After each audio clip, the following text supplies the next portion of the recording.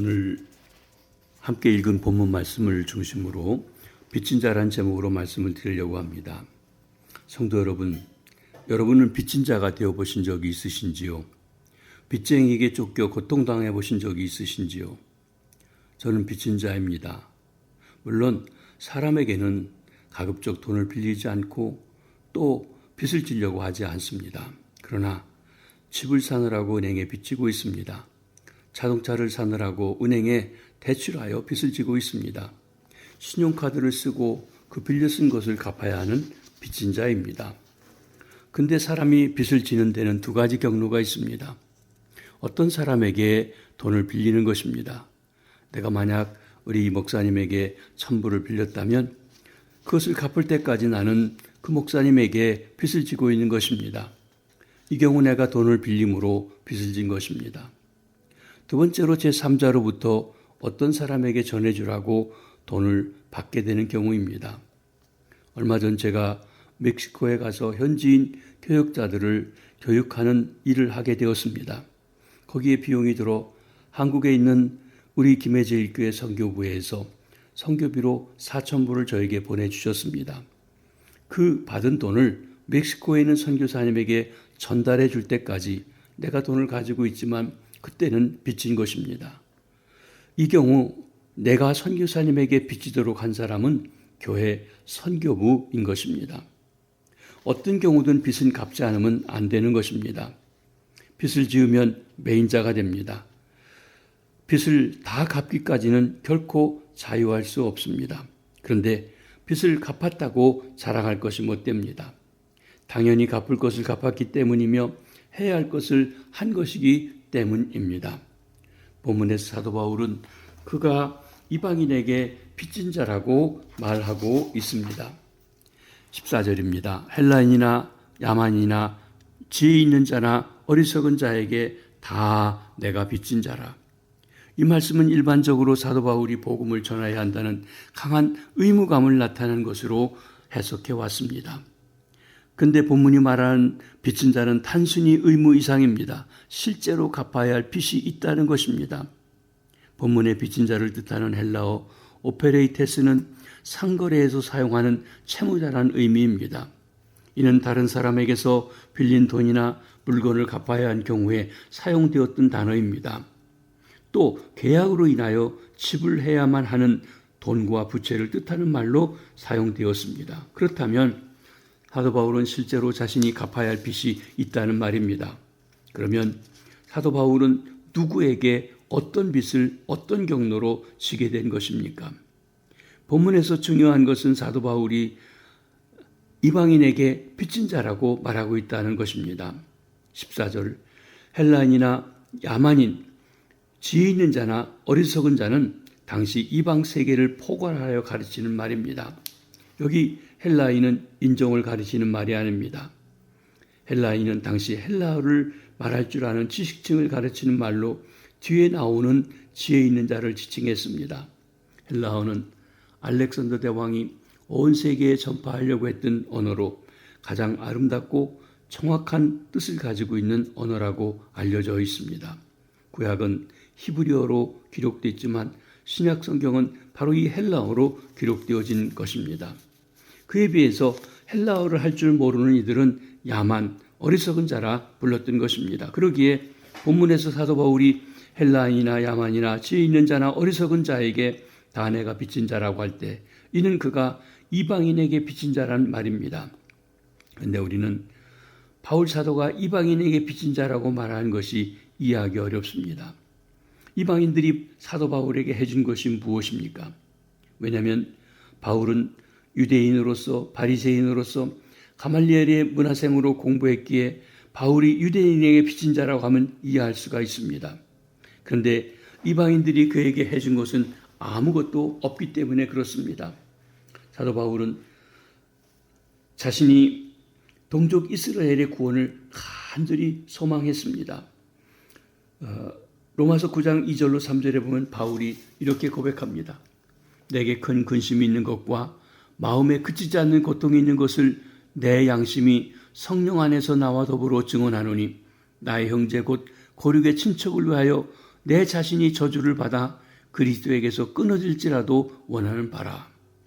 바울 사도는 자신이 저주를 받아 그리스도에게 끊어질지라도 지옥에 갈지라도 동족 이스라엘이 구원받기를 원했습니다.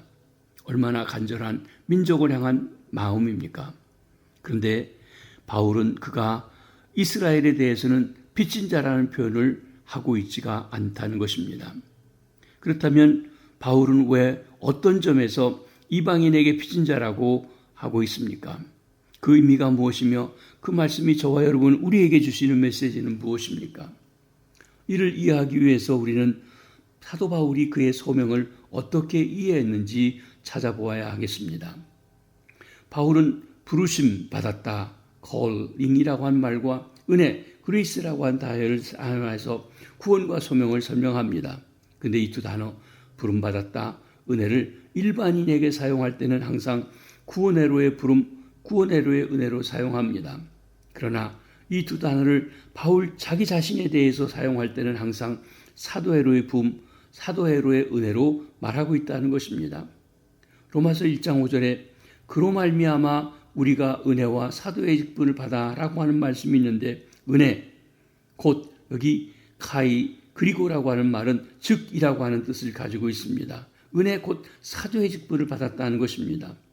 또 로마서 15장 16절에서 하나님께서 내게 주신 은혜로 말미암아 더욱 담대히 대략 너에게 썼다고 하면서 16절에서는 그 은혜가 무엇인지를 설명합니다. 이 은혜는 곧 나로 이방인을 위하여 그리스도 예수의 일꾼이 되어 하나님의 복음의 제사장 직분을 하게 하사 이방인을 제물로 드리는 것이 성령 안에서 거룩하게 되어 받으실 만하게 하려 함이라. 여기서 하나님의 은혜를 이방인을 위한 사도 부름받은 것을 말하고 있는 것입니다. 그러면 바울은 왜 이렇게 쓰고 있습니까? 이는 바울이 자기의 구원이 자신의 사도직에 내포되어 있음을 알았기 때문이었습니다. 즉 그의 사명 속에서 그의 구원을 보았기 때문에 그렇습니다. 우리가 아는 것처럼 사도 바울의 구원은 특별합니다. 갈라디아 1장 13절로 16절에 보면 바울은 과거 유대교에 있을 때 바리새인이었을 때 열심을 내어 교회를 핍박했습니다. 나사렛 목수의 아들을 하나님의 아들이라고 믿고 따르는 사람들, 저런 이단자들은 잡아 죽이는 것이 하나님께 영광이 된다고 생각했던 것입니다. 그런데 그때 하나님께서 그 아들을 자기에게 나타내셨다고 했습니다. 다메섹으로 예수 믿는 자를 잡으러 가는 도중에 예수 그리스도를 만난 사건을 말합니다. 이는 바울에게 있어서는 구원의 사건이었습니다. 그런데 바울은 이것을 말할 때 하나님께서 그리스도를 그에게 나타내 주신 것은 그 아들 예수 그리스도를 이방에 전하게 하기 위해서라고 하는 것입니다. 즉 바울은 구원 사건으로서가 아니라 사도로 부름받은 사건을 그리고 있습니다. 하나님의 관점에서 볼 때 바울은 이방인에게 큰 빚진 자입니다. 하나님은 크신 계획이 있어 바울을 사도로 부르셨습니다.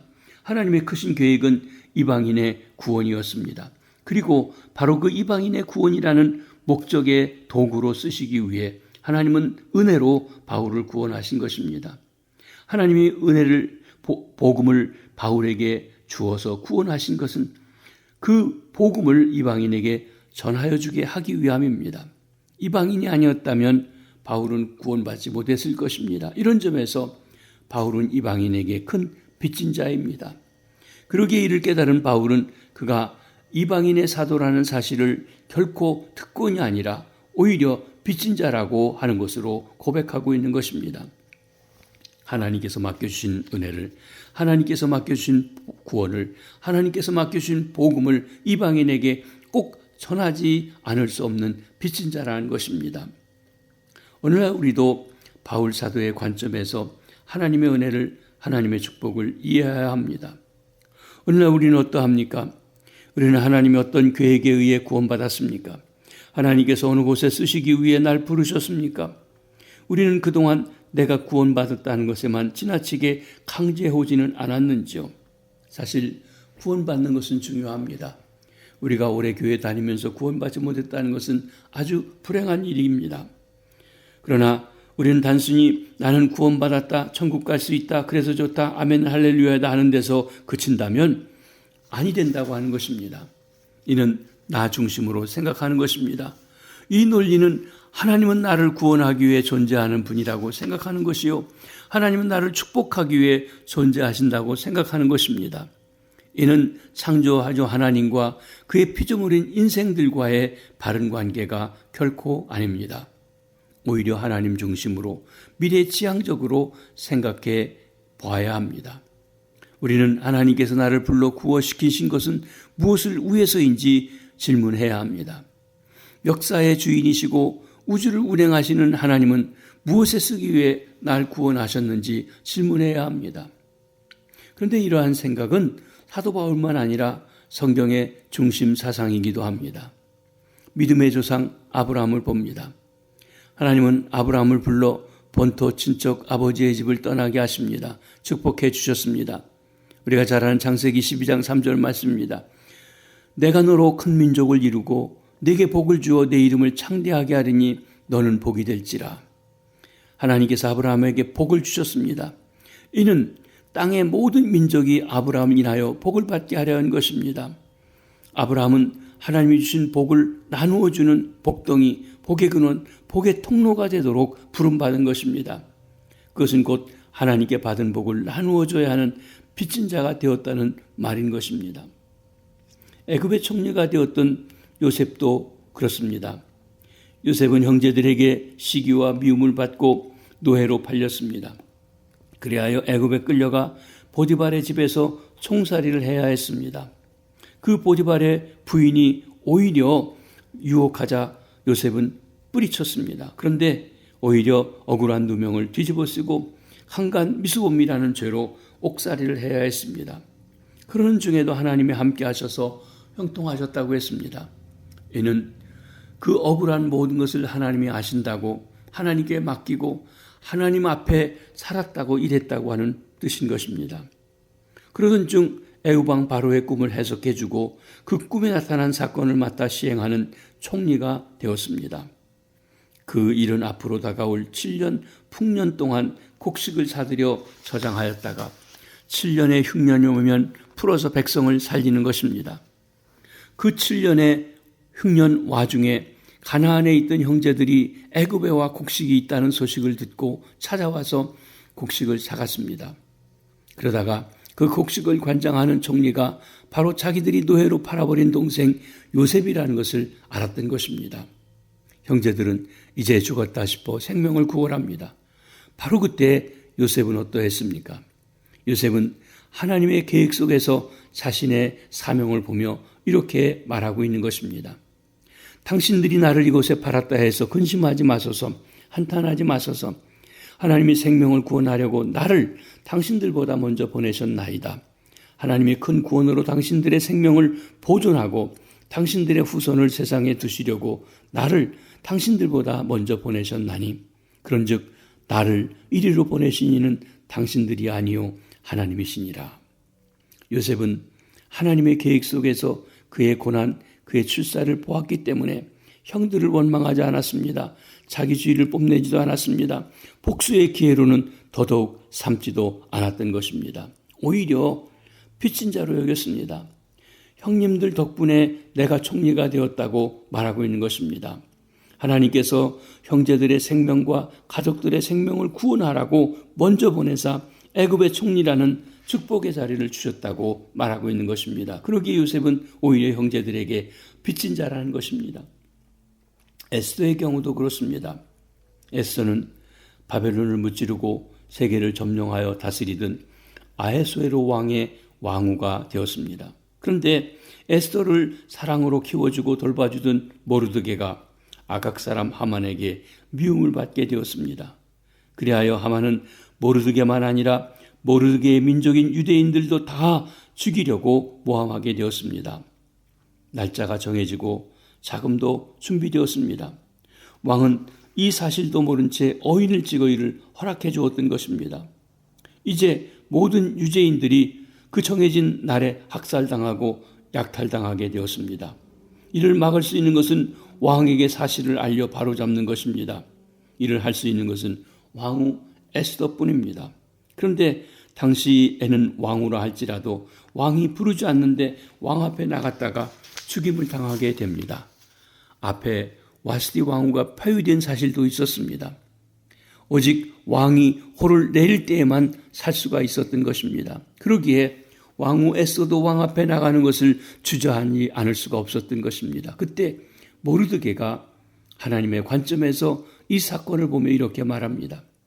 이때에 내가 만일 잠잠하여 말이 없으면 유대인들은 다른 데로 말미암아 노인과 구원을 얻으려니와 너와 내 아버지 집은 멸망하리라.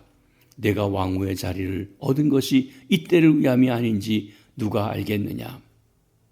여러분, 한 나라의 왕후가 된 것은 분명 특권입니다. 아름답고 어여쁘고 지혜롭기 때문일 수 있습니다. 그러나 동시에 그것은 의무입니다. 민족을 파멸해서 살리기 위한 하나님께서 미리 그 축복의 자리를 주신 것이라는 것입니다. 그러기에 에스더는 민족에게 빚진 자인 것입니다. 우리는 사도 바울에게서 나아가 빚진 자의 태도를 본받아야 할 것입니다. 바울은 사도직을 수행함에 있어 긴박감이 있었습니다.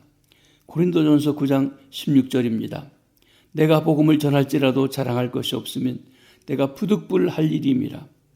만일 복음을 전하지 않으며 하면 내가 화가 있으리로다. 바울은 그의 구원이 복음을 전하는 사도직의 형태로 왔기에 그 사도직을 성취할 때는 하나님의 구원가 아래 있으나 그 사도직을 거부할 때는 구원 계획 밖으로 떨어질지 모른다는 긴박감이 있습니다. 그래서 그는 힘써 복음을 전했습니다. 오늘날 선교학자들이 과거 사도 바울이 1차, 2차, 3차 그리고 로마로 행하는 그 여정 속에서 전했던 복음의 그 일을 보면 한 사람으로서 너무나 놀라운 복음의 열정을 가지고 전했음을 알게 되는 것입니다. 그렇습니다. 그러기에 복음을 전하는 일을 하지 않으면 내게 화가 있을 것임이라고 그는 외쳤습니다. 성도 여러분, 우리의 태도는 어떻습니까? 나는 관심 없다입니까? 아니 됩니다. 빚진 자는 어떤 경우든지 빚을 갚아야 합니다. 하나님이 내게 맡겨놓으신 것은 그 무엇이든지 꼭 전달해 주어야 합니다.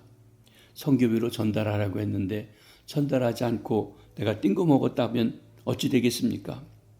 우리는 하나님이 전달하라고 맡겨놓은 것을 배달사고 내서는 아니 됩니다. 물론 하나님은 여러분 없어도 하나님의 계획을 이루어 가십니다. 그러나 하나님이 우리에게 이 일을, 이 직분을, 이 은사를 맡겨주신 것은 너무나 큰 은혜입니다.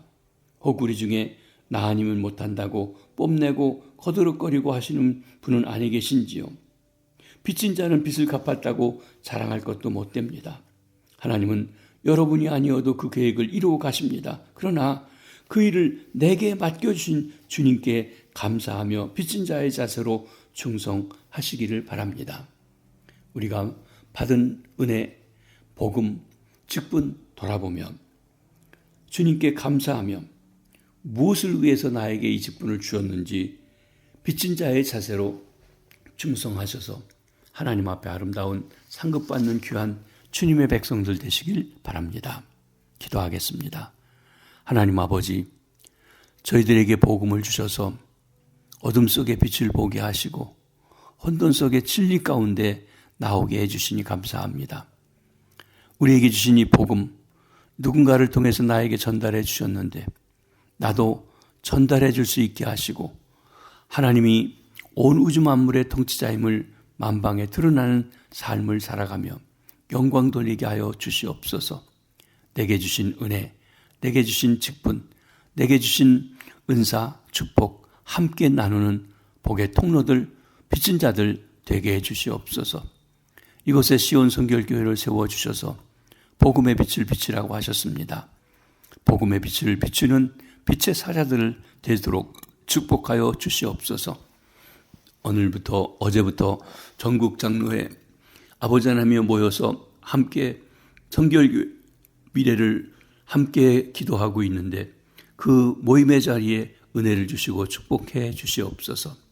하나님, 장로님들이 맡은 직분들을 잘 아름답게 빚진 자의 심정으로 감당할 수 있게 해 주시옵소서. 주님, 오늘도 일터로 나가는 우리 성도님들의 사업장과 일터, 우리 공부하러 학교에 가는 우리의 자녀들, 병상에 있는 환우들, 주님 만나주시고 어루만져 주시고 회복해 주시고 힘 주시고 우리 있는 곳에 하나님의 자녀로서 은혜를 함께 나누는 귀한 주의 백성들 되게 해 주시옵소서. 승리하는 복된 하루 되게 해 주시길 바라옵고 감사하며 축복하며 예수님의 이름으로 기도하옵나이다. 아멘.